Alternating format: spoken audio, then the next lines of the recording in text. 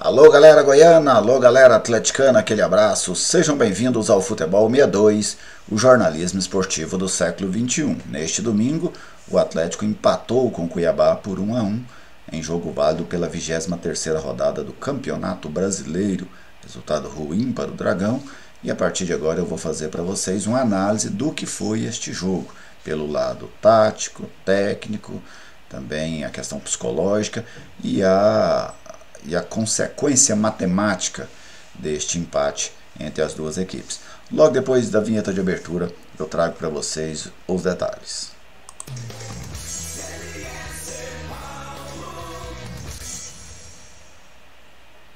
Eu estou aqui no Futebol 62 e com muita alegria recebo a sua visita. Seja bem-vindo ao canal.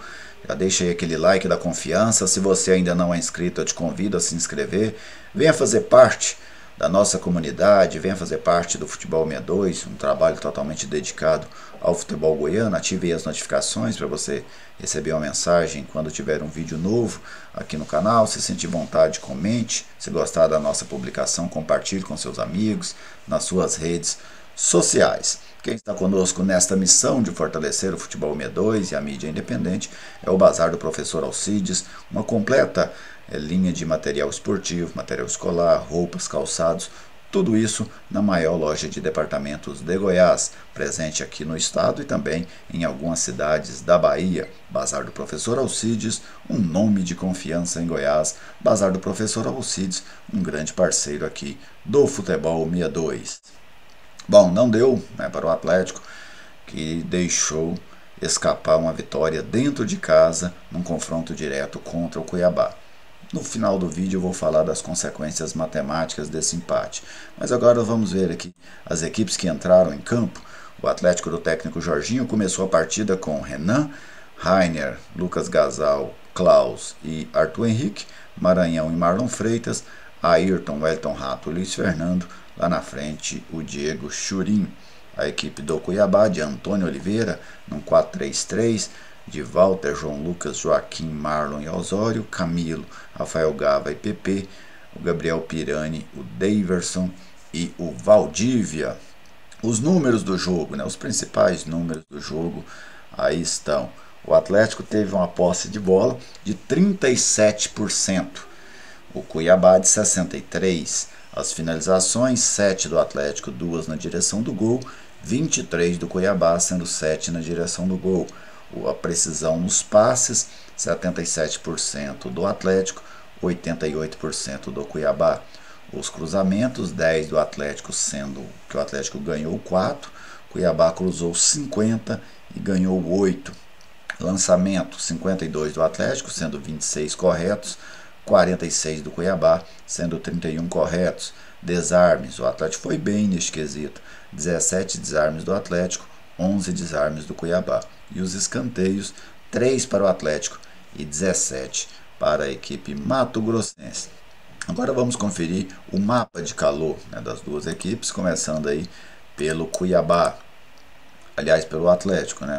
O mapa de calor do Atlético basicamente dentro da sua área, pois foi ali que o Atlético jogou o segundo tempo. Tem uma mancha ali do lado esquerdo, né, fruto especialmente do primeiro tempo, quando o Atlético usou um pouco este corredor. Então o Atlético basicamente rebateu bolas ao longo do jogo, especialmente do segundo tempo. Agora o mapa de calor do Cuiabá, um mapa ao contrário. O Cuiabá explorou muito a lateral esquerda do Atlético desde o início do jogo, né, viu ali no Arthur Henrique um bom caminho para atacar, inclusive levando muitas bolas à linha de fundo. E teve essa posse de bola aí também pelo lado esquerdo, na intermediária ofensiva. Mas basicamente, principalmente pelo segundo tempo, o Cuiabá jogou dentro do campo do Atlético. Bem, agora vamos falar do jogo, né, os seus aspectos, o seu desenrolar. Eu não gostei do início da partida. Eu achei que o Atlético deixou com que o jogo fosse muito morno, quase frio. E para o Atlético aquele início não era interessante, era bom para o Cuiabá. Um empate para o Cuiabá antes do jogo começar não parecia um resultado ruim, porque ele fazia um confronto direto fora de casa, empatando ele manteria pelo menos por ontem, fora da zona do rebaixamento e ainda seguraria o Atlético atrás dele. Então o jogo foi desenrolando de uma maneira muito passiva, achei o Atlético sem iniciativa no início de jogo. Até tinha um pouco mais de posse de bola, mas era uma posse de bola que não causava nenhum tipo de transtorno para a equipe do Cuiabá. O Atlético ficava circulando o bloco de marcação do Cuiabá sem poder de penetração. Mas acaba em um lance que o Atlético explora uma deficiência do Cuiabá. Eu até estava na transmissão da Band News e citei este ponto fraco do Cuiabá, vamos dizer assim, que era o lado esquerdo de marcação, porque o Valdívia era quem tinha que recompor por ali. E o Valdívia não é um jogador de boa recomposição, não é um jogador que consegue dar esse combate ao lateral. E o Atlético acabou numa jogada do Ayrton, né, porque o Rainer centraliza, o Ayrton sai, o lateral, o Osório, acompanha o Rainer, e o Valdívia é que vai fazer o combate no Ayrton. O Ayrton ganha dele, cruza, e o Churin, numa boa movimentação, né, porque ele está na marcação do Marlon, ele sai da marcação do Marlon, antecipa a jogada e faz o gol, colocou o Atlético em vantagem e deixou o jogo muito favorável para o Atlético. Pelo seguinte aspecto, o Cuiabá teria que sair da sua estrutura original, que é aquela de um jogo reativo. O Atlético teve o jogo sob controle, mesmo ganhando por 1-0, porém veio um lance que foi um lance decisivo no jogo. Uma expulsão após um erro bobo, né, um erro infantil do Lucas Gasal. Ele erra um domínio na bola, né, domina a bola, tenta girar o corpo, erra o domínio. O Valdívia roubou a bola dele, ele cometeu a falta e foi justamente expulso de campo. E ali o Atlético começou a perder a sua vitória, vamos dizer desta forma. O Atlético passou a ter 10 homens ainda no final do primeiro tempo. E o Atlético por muito pouco não cede o empate já no final do primeiro tempo. Eu entendi a estratégia do Jorginho, mas para mim ele arriscou demais. E no final do primeiro tempo, vamos dizer, quando o árbitro apitou, o Jorginho teve mais sorte do que juízo. Por que eu cito isso? Ele prepara o Wanderson para colocar no jogo. Se o Atlético coloca o Wanderson naquele momento, o Jorginho queimaria uma janela de substituição, passaria até apenas 2 ao invés de 3. Só que o Wanderson começa a se aquecer, ele está pronto para entrar ali por volta dos 43, 44 minutos do primeiro tempo. Se o árbitro dá ali mais 1 minuto, 2, beleza. Você correria um risco ali de 3 minutos, mas não era um risco tão exagerado, né? Só que o árbitro deu 5 minutos. O árbitro deu 5 minutos. E mesmo assim o Jorginho optou por não colocar o Wanderson, mesmo com ele já pronto para entrar, para esperar o intervalo que não queima a janela. E neste período ali de 6, 7 minutos que o Atlético ficou com um homem a menos e o zagueiro a menos, o Cuiabá teve 2 chances claríssimas de empatar o jogo. Na primeira, a finalização, se eu não me engano, do André Luiz, que tinha entrado no jogo, a bola desvia no Maranhão, assim, por muito pouco não entra. O Renan já estava fora da jogada. E na outra, essa sim, uma finalização certeza do André Luiz, pelo lado direito, o Renan faz a defesa. Mas o Atlético correu riscos seríssimos de tomar o gol de empate por essa medida, para mim, exagerada do Jorginho. Queimar uma janela ali naquele momento não era bom, claro, mas tomar um empate era muito pior. E o Atlético teve um seríssimo risco de tomar um empate no final do primeiro tempo. Foi para o intervalo, o Jorginho trocou o Elton Rato pelo Wanderson e voltou para o segundo tempo. Qual foi a estratégia do Atlético no segundo tempo? O Atlético jogou única e exclusivamente para não tomar o gol. O Atlético não tinha ali mais nenhum tipo de pretensão ofensiva, pelo menos não na sua postura dentro de campo. Até no discurso poderia ter, mas no comportamento não teve. E hoje eu até separei, uma coisa que normalmente eu não faço, mas eu separei para vocês aqui os números do segundo tempo. Eu trouxe para vocês os números gerais do jogo há pouco, e eu vou trazer os números do segundo tempo para endossar o que eu estou falando aqui para vocês. Vamos lá, vou colocar aqui os números do segundo tempo. Olha aí, posse de bola. O Atlético teve uma posse de bola de 17%. Isso mesmo, apenas 17%. É uma posse de bola ínfima, né? Ou seja, o Atlético não teve a bola no segundo tempo. Finalizações do Atlético, 0. O Atlético não finalizou nenhuma vez no gol do Cuiabá no segundo tempo. Finalizações do Cuiabá, 16. Passes, o Atlético trocou 42 passes apenas no segundo tempo, com a precisão de 53%. Ou seja, a cada 2 passes o Atlético errava 1. O Cuiabá teve 318 passes, 92%. Cruzamentos, o Atlético fez um cruzamento no segundo tempo, errado, um único cruzamento. O Cuiabá cruzou 36 bolas na área do Atlético, ganhando 4. Lançamentos, o Atlético fez 28 lançamentos, acertou 12. O Cuiabá fez 21, acertou 16.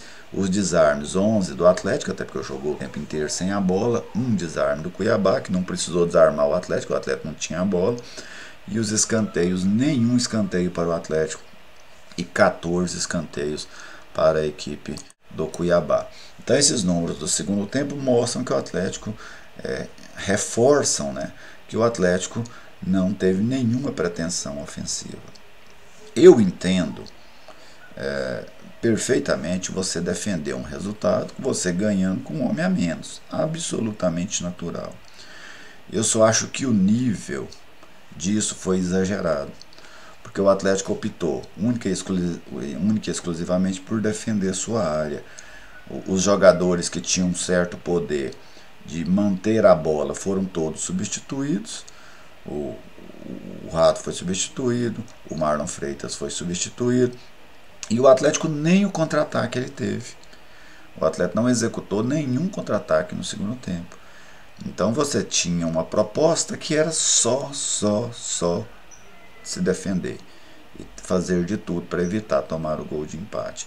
Mas não tinha um momento que você segurasse a bola no ataque para tentar ganhar algum tempo, que você tivesse qualquer tipo de incômodo para a defesa do Cuiabá.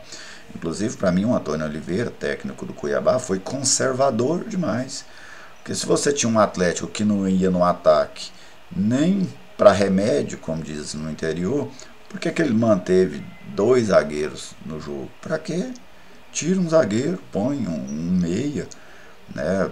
Mantém um volante mais à frente, que ele entrou no jogo só como um volante, que aí você teria muito mais possibilidades ofensivas. Para o bem do Atlético, ele foi muito conservador, porque era muito fácil explorar como que eu vou dizer, essa abdicação do jogo ofensivo do Atlético, né? Então o Atlético acabou jogando apenas por isso, se comportou bem em determinados momentos, ali por volta dos 20, 22 minutos sofreu uma abafa, por muito pouco não toma o gol. O Renan fez uma defesa espetacular com o Alisson na cara dele, né? Na cara dele, bateu e ele pegou, numa jogada que ele saiu sozinho na frente do goleiro. E depois, na reta final, depois que o Rodriguinho entra no jogo, o Cuiabá teve 3 chances muito claras. 3 chances muito claras, além dessa que já havia tido antes. Então o Atlético foi um time que se propôs só a se defender e não se defendeu bem, porque permitiu ao Cuiabá 4 chances claríssimas de gol. O Atlético, o resultado foi ruim, mas o placar do jogo, o Atlético saiu no lucro. Empatar o jogo pelo rendimento do Atlético dentro da partida foi lucro. O Atlético ganhou um ponto. Vamos dizer, dentro da tabela de classificação, isso não foi um bom resultado, mas dentro do jogo, o Atlético saiu lucrando.